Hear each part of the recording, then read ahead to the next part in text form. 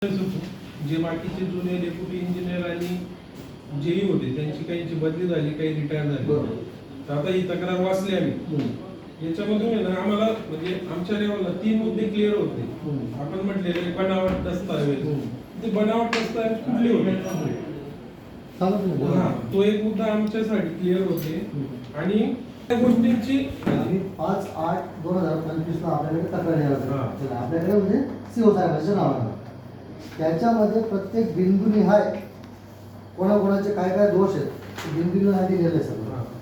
आणि बिंदूनिहाय याची चौकशी लावावी, याचा चौकशी अहवाल आम्हाला मिळावा, निष्कर्ष अहवाल मिळावा हे दिलेलं आहे. आणि जेव्हा तुम्हाला पुराव्यादाखल कागदपत्रांची गरज लागेल त्या वेळी आम्ही तुम्हाला ते डॉक्युमेंट द्यायला तयार आहे असं देखील त्या पत्रामध्ये संपूर्णपणे कळवलेलं आहे. आता हे पत्र देऊन म्हणजे तक्रार अर्ज देऊन जवळपास 1.5 महिना झाला.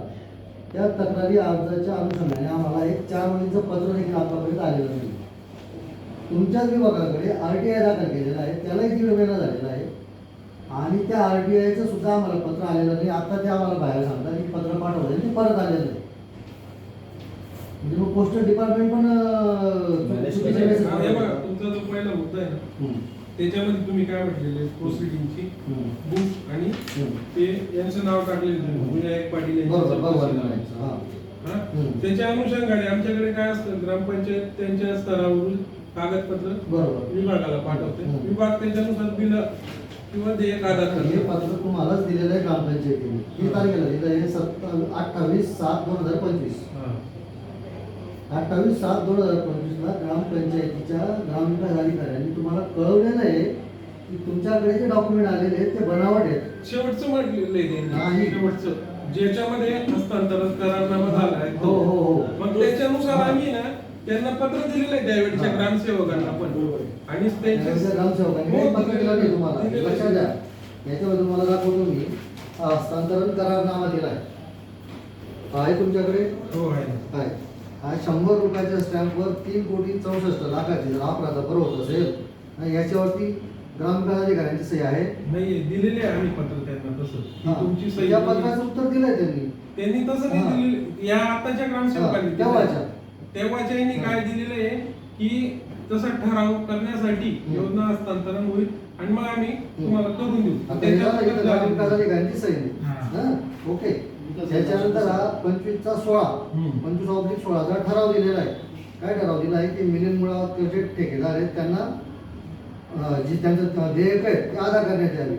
हा जो 25/16 ठराव आहे ग्रामसभेचा याच्यात दाखवतो मला 25/16 मध्ये आहे का तो ठराव आहे ना. मग हे जे मुद्दे आहे ना हे पाणी पुरवठे संबंधित नाहीये, हे ग्रामपंचायत विभागाचे संबंधित आहे. हो ना, ग्रामपंचायत संबंधित नाहीये. त्या ठरावांचा माहिती देत आहे त्या ठरावांचा वापर करून ज्या ठराव नाही आहेत मूळ प्रोसिडिंग मध्ये त्या ठरावांचा वापर करून मॅडम इकडे बनावट कागद दिले गेले आणि असं शो केलं गेलेलं आहे की 25/16 ठराव हा झालेला आहे, 25/20 हा झाला आहे. जर 25/16 ला जर ती ग्रामसभा एंड झालेली तर 25/20 कुठून आला? हे मुद्दे ग्रामस्थांची दिशाभूल केली. 25/20 कुठून आला? हा 25/20 कुठून आला? म्हणजे ठराव झालेला नाही मॅडम ग्रामसभेमध्ये. 25/16 तो पण बनावट आहे, तो पण ठराव मूळ अभिलेखात नाहीये. आणि 25/16 ला ग्रामसभा एंड झालेली प्रोसिडिंग मध्ये मूळ प्रोसिडिंग मध्ये. आणि एक धडधडात घेऊन देत आहे 25/20 मध्ये ताकद घेतली योजना. तिघही जास्त बनावट आहेत आणि या बनावट इतिवृत्तामध्ये हे जे मुद्दे आहेत ना आताचे तुमचे हे सगळे घेतोय त्याचं तुम्हाला इतिवृत्त भेटेल. म्हणजे आता हे जर ग्रामपंचायतीने दिलेला ठराव तुमच्याचकडे दिलंय नाही, आता ही प्रोसेस होऊन जाईल. म्हणजे ग्रामपंचायतीने साहेब तुमच्याचकडे हे 28/7/2025 ला हे इतिवृत्त पण दिलेलं आहे. आता तुमच्या ही ज्यावेळी चौकशी चालू होती तिथं हे जे आहे ना भूषण ब्राह्मणच्या अनुषंगाने चालू तो मुद्दा वेगळा आहे. बघा तो पण क्लिअर करतो. आम्ही आमच्या तक्रारी अर्जात पण क्लिअर कट दिलेला आहे तुम्हाला. जो तक्रारी अर्ज दिलाय 5/8 त्याच्यामध्ये सुद्धा विशेष टीप आणि ताजा कलम मध्ये दिलंय की जी 9 कोटीची योजना आहे ती तो विषय आम्ही हाताळतच नाही. विषय आताचा विषय मॅडम आम्ही हाताळतोय भारत योजनेचा विषय 364. हा हे ऑलरेडी तुमच्याकडे डॉक्युमेंट ग्रामपंचायतीने पाठवलेत. 3 कोटी 64 लाखाचा जो व्यवहार होता मॅडम तो त्या व्यवहाराची आम्ही तक्रार केलेली इथे 9 कोटीच्या व्यवहाराची नाही केलेली. आणि तुम्ही 9 कोटीचं उत्तर देता आम्हाला. आम्हाला त्या 9 कोटीच्या योजनेत काही घेणं देणं ते आता नाही. काम चालू आहे मॅडम त्याचं. कारण 9 कोटी आलेच नाहीयेत, फक्त 1 कोटी रुपये खर्च झालेले आहेत. 8 कोटी रुपये अजून बाकी आहे शासनाकडे. त्याच्यामुळे तो ते काम फक्त कसं- स्टार्ट होता. यांनी केला असेल त्यांनी. हा जल जीवन मिशन. हा तो राजकीय स्टार्ट होता. टेक्नॉलॉजीला योजना ताब्यात घेतली असं शो करण्यात आलेलं. आणि मग त्यांनी काही दिलेलं होतं. आणि ग्रामपंचायतीला माहिती ना, ग्रामसभेला माहिती ना, गावाला माहिती.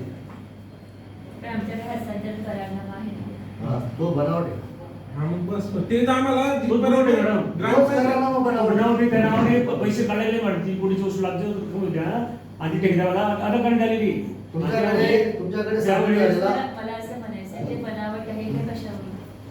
ठरवली नाही मॅडम त्यांनी ते. जे 25चा 16 ठराव अनुषंगाने उल्लेख केलेला आहे आणि 25चा 20 आणि त्याच्यावर ग्रामविकास अधिकाऱ्यांच्या सह्या पण घेतल्या. बरं, तुमचं असं म्हणणं आहे. आपण इथे रुता घेऊन मग तो भ्रष्टाचार आहे मॅडम असं आमचं भ्रष्टाचार नाही 420 420 आहे ते. पण मी काय म्हणते, आज जर माझ्याकडे एखादी करारनामा येतो आहे तर ते ऑथेंटिक आहे असं गृहीत धरूनच मी पुढची प्रोसेस करते. बरोबर आहे. तुम्ही व्हेरिफिकेशन करायला पाहिजे होतं ना. तुम्ही म्हणजे त्यावेळेच्या अधिकाऱ्यांनी. हे बघा, प्रत्येक डॉक्युमेंटचं प्रत्येक कागद हे बघा शासनाचा मॅडम शासनाचा जेव्हा 3 कोटी 64 लाखाचा विषय आहे, छोटा विषय नाही. जेव्हा शासनाच्या 3 कोटी 64 लाखाचा विषय आहे तेव्हा जर त्या दस्तावरती जर ग्रामविकास अधिकाऱ्यांच्या सह्या नाही ठीक आहे, दस्तावरती नाही तर त्या अनुषंगाने व्हेरिफिकेशन केलं गेलं पाहिजे होतं. हा आमचा प्रमुख मुद्दा आहे. म्हणजे आमचा टप्पा फक्त त्या पाणी पुरवठा समितीच्या अध्यक्षावरती नाही आहे. आमचा टप्पा तुमचं जे ग्रामीण पाणी पुरवठाचे अधिकारी असतील तत्कालीन तुमच्यावरती नाही, प्रत्यक्षात तत्कालीन लोक असतील त्यांच्यावर पण. ज्यांनी जुने खोटे दस्तऐवज दाखवलेले मॅडम इथं पैसा होते त्याला त्यांच्यावरती काय ऍक्शन घेतले कारण तुम्ही काय करणार माहिती का? तुमच्या तो त्यांनी ठराव दिला तो ओरिजिनल एका नकली ते व्हेरिफिकेशनचं काम नाही. नाही आहे. जर त्या दस्तावरती ग्रामविकास अधिकाऱ्याची सहीच नाही, ती काय दस्तावरती नाही, सैनिक पत्र वाचतो. ते पत्र आम्हाला लेखी त्याच्यामध्ये लेखी तक्रार दिली आहे. व्हिडिओनं दिलेलं होतं की वारंवार हस्तांतर नाही, हे सगळे कागदी ओढे आहेत आम्हाला. तुम्ही हे सगळे कागदी ओढे सगळे माहिती आम्हाला. आम्ही याच्यात म्हणजे अगदी तुम्ही एकदा वाचलं ना की नाही, आम्हाला वाचलं. आम्हाला लेखी पत्र द्या. लेखी स्वरूपात उत्तर द्या. आम्ही लेखी दिली, आम्हाला लेखी लेखी स्वरूपात स्वरूपात उत्तर उत्तर द्या की असं घडलेलं आहे. द्या. आम्ही ते तोटे बघून काय करणार आहे? अहो, तुमच्याकडनं आम्हाला 1.5 महिन्यामध्ये माहितीच्या अधिकाराचं ते पण आम्ही माहिती पाठवलं मिळाली. ना, आता ते तुम्ही जो ऍड्रेस दिला होता त्याच पत्त्यावर पाठवलं असेल ना. हो, त्या पत्त्यावर प्रमाण राहणारा माणूस आहे. सगळे मग पत्र आमच्याकडे परत कसं काय अहो, आलं? सगळे पत्र अर्ज मला त्याच पत्त्यावरती पोस्ट ऑफिसची चौकशी करावी लागेल मला. हा? पोस्ट ऑफिसची चौकशी करावी लागेल मग वापस करावं लागेल. तो संबंधित जो कस्टमर आहे त्याची पण तुम्ही बघा. आणि त्या गावातील प्रमुख राजकीय सामाजिक क्षेत्रातली व्यक्ती आहे. असं नाही की मला तिथं कोणी ओळखत नाही किंवा त्या पत्त्यावरती कोणी सापडत नाही. पोस्ट ऑफिसकडे नंबर आता पोस्ट फोन फोन येतो मला करतो. प्रत्येक पोस्टाचा फोन आहे.